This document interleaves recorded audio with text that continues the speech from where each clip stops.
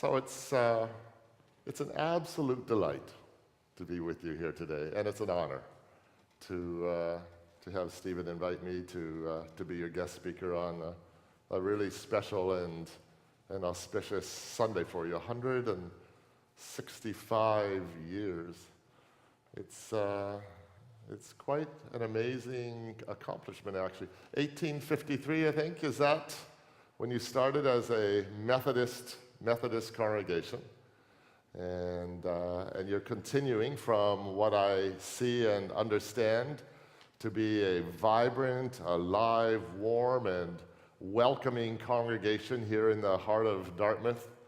You're a congregation that I see very clearly is committed to justice. You're committed to outreach, very outward-looking congregation. You're a very forward-thinking congregation.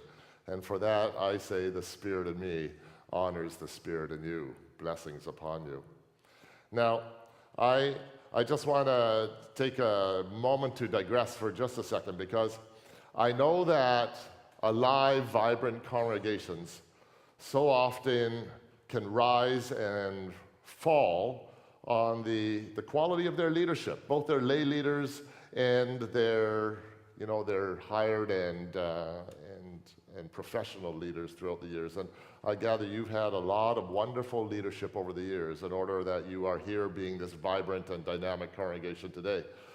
But ministry is it's a hard business in the world today. It's not an easy business. And having a good ministerial leader is really an important element to support the leadership in a local congregation. But you know what happens so often is that so often the ministers in congregations, they don't get really thanked until they either leave or they die, one or the other, right? And you've had a minister here for 19 and a half years, who I know from presbytery has been just an incredibly down-to-earth, committed, smart, forward-looking leader. And I suspect that has a lot to do with who you are as a congregation today. And I just want to take a moment to say to you folks, I think you should stand and give this wonderful fella, Stephen here, who's been such a good leader. He's been here 19 and a half years. Stand and give this guy a big hand of appreciation, because he absolutely deserves it.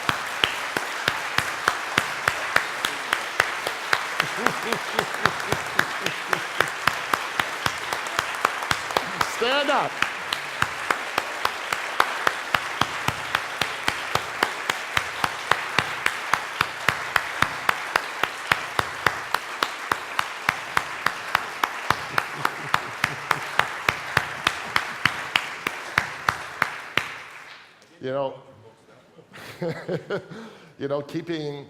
Keeping a good leader in place for a long time, as you have, is just a wonderful, wonderful blessing, right? And I know Stephen's been an incredible blessing. He's been an incredible blessing to the presbytery, to the wider United Church of Canada and our region, as well as to you. So, Stephen, I can tell you are loved, buddy. You are loved. Thank you. So I don't know about your politics here at Grace United Church, but I always go out on a bit of a limb in here. Lately, I think the politics in the United States is going to hell in a handbasket. And it's impacting the entire globe, right? I mean, I don't know if you like this Trump character or not, but from my perspective, so much of what's going on in the States, and it's not just him, it's this polarization of politics in the United States, right? And it's having a really detrimental negative effect on the wider world, because it's encouraging and it's fostering strong men and polarization and populism all around the world. And so there are days I just get really, really discouraged if I look at the news too long. You look at what's been going on in Saudi Arabia, you look at the war in Yemen, you look at the refugee crisis in the Middle East, you look at the recent report from the IPCC, the Intergovernmental Panel on Climate Change. They say that we've got 12 years left if we're not to fix things before we just have a total disaster in our hands. I don't know if you've seen the the figures this morning from the wildfires in California. I've never seen, this is in the United States. This is in a modern North American nation, all these people dying from fires. And I still have friends who deny climate change is a human-made thing, but I think it's crazy for me. So there are days when I think the world is just going to pot. That's a joke, given our Canadian context right now, eh? The world's going to pot right now. But you know what? It's ever been thus, right? It's ever been thus. Because let me just go back. Heather read this chapter from Habakkuk. So Habakkuk was a prophet living, 500, 600 years before the time of Christ. So that's, 2,600 years ago. And this is what he writes. There were a few words prior to that passage that I asked be read today. And when you hear these words, think about these words in terms of today's present-day context, right? Habakkuk, this Old Testament prophet, says, "How long, Yahweh," Yahweh is the name for God, "how long, Yahweh, am I to cry for help while you do not listen? How long will I cry oppression in your ear and you do not save? Why do you make me look upon injustice? Why do you countenance tyranny, outrage, and violence? That is all I see. All is contention, and discord flourishes. The law loses its hold, and justice never shows itself. The corrupt triumph over those who are righteous, and justice is perverted once again." Is that pretty apt? Is that pretty apropos to what we're seeing in the world today? I think so. And then he uses that agricultural metaphor, right, which was in our passage. He says, "The fig tree no longer has any buds. The vines bear no harvest. The olive oil yield fails. The fields produce no yield. The sheep vanish from the fold, and there are no cattle in the stall." The threat of climate change on our agricultural sector, right? It's right back there. 500-600 years before the time of Christ. And here at Grace, you've lived through, in your 165 years, you've lived through all of what we're seeing today, but you've lived through a lot of other times as well, right? You lived through World War I. You've lived through World War II, the Korean War. You've lived through racial segregation. I think you were telling me about 3 explosions here at the church, Stephen, right? You've experienced explosion. You've experienced the North End explosion here at Grace United as well. You've seen a lot of the crises that the world have gone through just in your 165-year span of history. It seems like crisis has always been there for human beings. But I have a theory. It's not an original theory to me. But I have this theory that the church is actually called to be its very best. And the church can actually thrive precisely in these times of crisis. Because what the world needs in times of crisis is precisely what the church has to offer and to give. So if I were to ask you right now, what are the gifts that Grace United has provided over its history and can still provide today to the world in the midst of this crazy, chaotic time that we're living in today, what would you say? Hope. I love it. Hope. What else? A place to belong. Absolutely. What else? Prayer. Absolutely. Witness. Excellent. I heard community. Community. Music. Joy. Oh, you're good. You're good. And you see,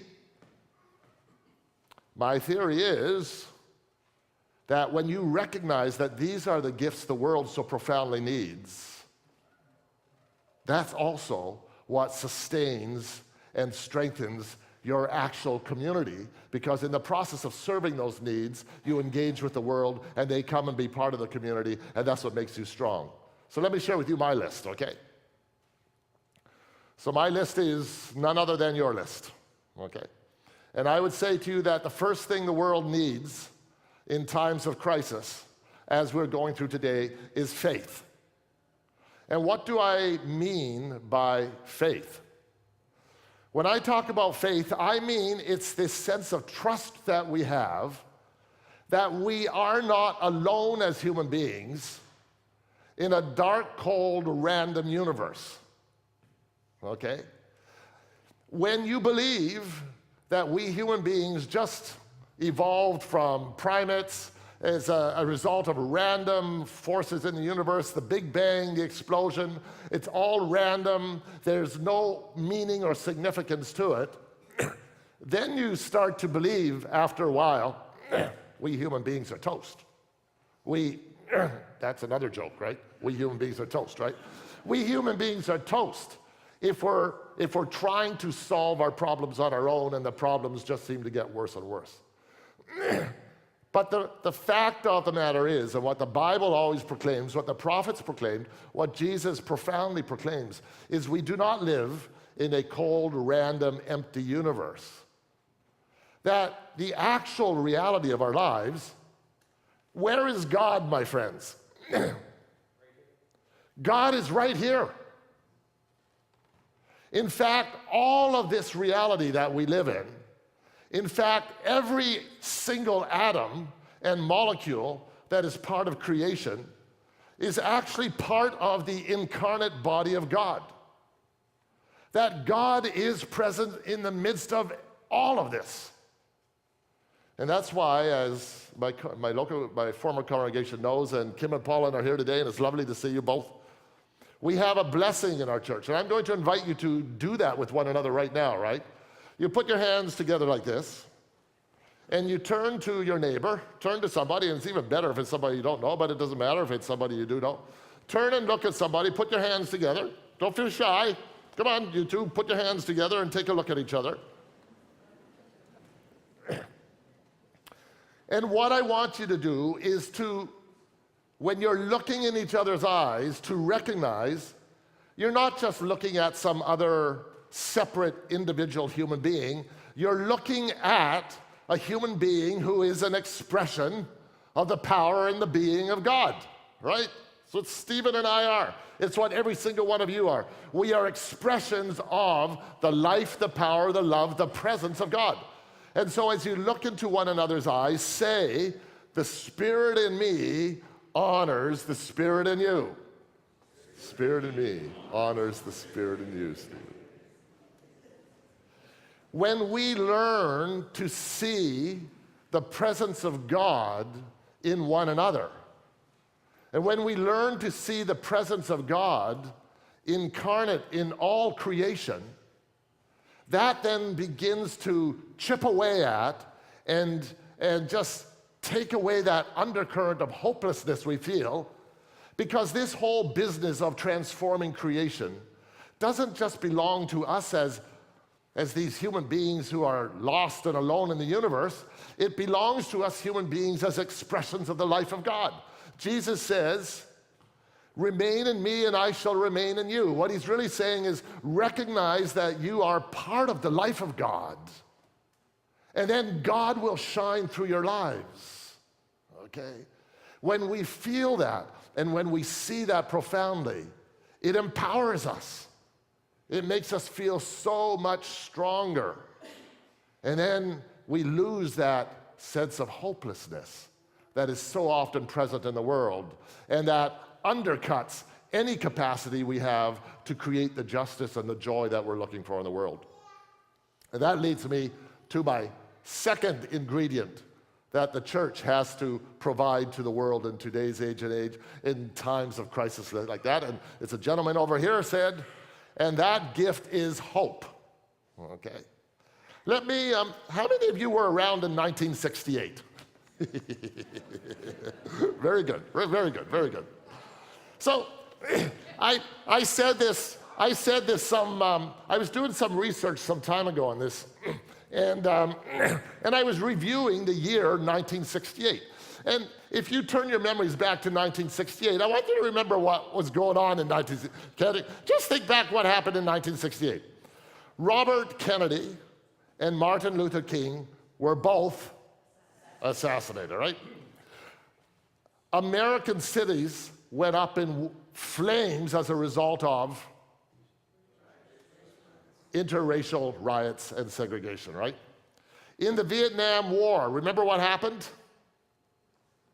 The Tet Offensive. Lyndon B. Johnson was trying to tell the American people that Vietnam War was being successful, and then the Tet Offensive came. 17,000 Americans died in the Vietnam War, right? 1968. Think about Trump today. George Wallace. Do you remember George Wallace ran for president of the United States in 1968, and he actually won 46 electoral votes. He was a segregationist, right? Wanted to separate the blacks and the whites in the United States, right? Police brutally put down riots in Chicago, right? The Soviet Union crushed the Prague Spring. Remember that? Is this bringing back memories? And you remember Biafra? Biafra became synonymous with mass starvation, right? Hope. When we have this sense that God is part of our lives, God is working within us, and the intelligence of the ultimate reality of the universe is at work here, we start to believe, even in the midst of absolutely crazy, chaotic circumstances, no! There are possibilities. There are possibilities for change and renewal, no matter how dark things look. If we compare the world today to the world in 1968, actually, a lot of things are a lot better. Even though you see a lot of war and conflict still going around the world today, the actual number of casualties from global warfare is way, way down. Even though we have ecological crises, we actually have a much cleaner air and cleaner water than we had back then. We have many, many more women in positions of leadership and in the workplace today than we had back in 1968. And the actual life expectancy of seniors, the elderly, and others has actually gone up. So in 1968, you would have been forgiven if you could have said, this world is an absolutely hopeless mess, nothing is going to change. But in actual fact, in the course of that time, a lot of good things have happened. There have been a lot of reasons for hope.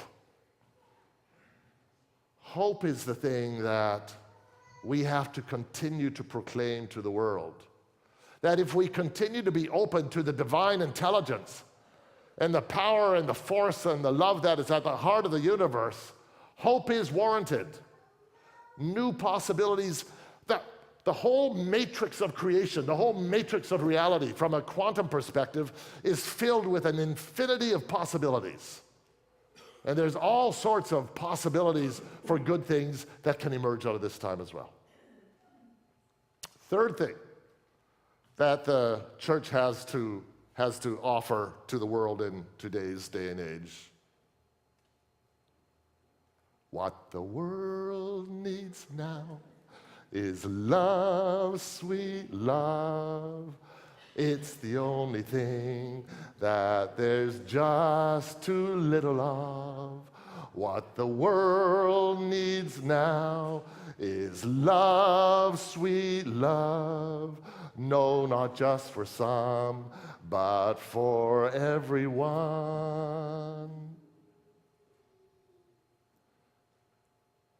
Jesus says to his disciples,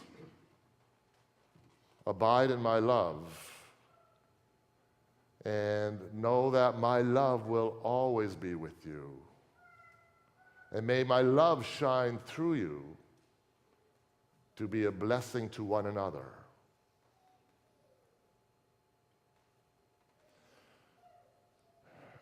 I love music, and I've listened to music a long time. I took some kids out to Camp Kidston last summer, and Camp Kidston supports a lot of kids who come from households that are economically challenged and challenged in other ways. And so these were 3 kids that we were sponsoring. They would never have gotten to Camp Kidston had it not been for the generosity of people like yourselves who provide donations to Camp Kidston to sponsor kids. And so I'm always curious, right? I'm always kind of curious what they're listening to. Well, let's listen to some of your music, right? They said, can we play our music in the car? And I said, sure, let's listen to some of their music.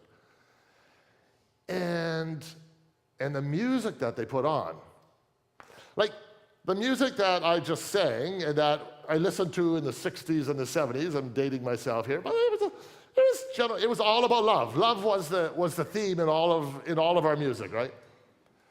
These kids were listening. I didn't have a definition for it until somebody named it. It was misogynistic punk rap music. And it was full of hatred and brutality and violence. I was thinking, oh my goodness me, what's the world coming to? And one of the kids, she was the oldest girl. She was really, I said, when you get to camp, you can't have your phone anymore. You have to give up your cell phone. And I thought, oh, this girl is like she was 15 or 16, right in those teen years. You know what I'm talking about? And she was rebellious and angry, and she was listening to this kind of music along with a couple of the boys. And at the end of the Camp Kidston week, she was saying, I'd love to be a CIT here. Can I come back next year and take the CIT program, Counselor and Training Program? She had a taste of love. She had experienced a taste of real compassion and caring, and of people who were able to see the presence of the divine in her life. She was able to experience a sense of community that she did not have in her everyday life. And it was transformative. It's love that brings people together. It's love that knits people into community. And it's when we're in community that, in addition, we lose our sense of hopelessness in the world. Because when we feel alone in the world, we don't feel connected with God and we don't feel connected with one another. We think, what's the use? The whole world is going to hell and I might as well just give up. But when we experience a taste of community, we experience true compassion and caring that happens within the context of community that emerges out of this gift of love. It continues to be the power that changes the world.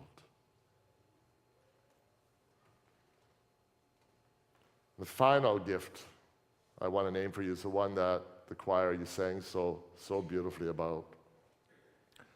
And that's the gift of joy. The church has joy to give to people. You know, as I've said already, there is such disillusionment. And what the internet and social media is doing, what Facebook is doing, there's so many good things about social media. But what social media is doing, right, it's driving people into camps, right? It's segregating people. And people are becoming more and more enmeshed and ensconced in negative adversarial worldviews. What the world needs, and this is not a trivial pursuit, okay? This is not a trivial thing that I want to say. The world needs to experience and feel a sense of joy. It needs to feel a sense that when we're connected with God, when we have this sense of connection with the universe, when we feel a sense of hope, when we experience love and community, that gives rise to a joyfulness. I've said it before, and I know that, Grace, you're a Methodist congregation background, and the Methodists were really a spirited, wonderful people who know about joy. Joy is not a trivial thing. The world needs to experience a sense of joy. It needs to experience a sense of being together in community that lifts our spirits. And out of that sense of joy and liftedness of spirits, then we can go out and we can say, we're going to take the world on and we're going to transform this place. And my sense of this place is that this is a pretty joyful place. Would you say, is it? It's all right? Is it really? We are a joyful congregation after 165 years. Say it. We are a joyful congregation after 165 years. That's what the world needs to hear, and that's what the world needs to experience. Jesus says to his disciples, abide in me, abide in my love, that my joy may be fulfilled, that my joy may be complete within you. So, what does the world need in this day and age? It's precisely what we as the church are called to give the world. The gifts of faith, the gifts of hope, the gifts of love, the gifts of joy. You've been doing that, Grace United, for 165 years. And you know what? You keep doing that, and you're going to be around here for another 165 years. I guarantee you, okay? And I don't know how, I can't guarantee that you'll be here in 165 years, but I guarantee that you'll be here in 165 years. The Spirit in me honors the Spirit in you. Thanks be to God. Amen.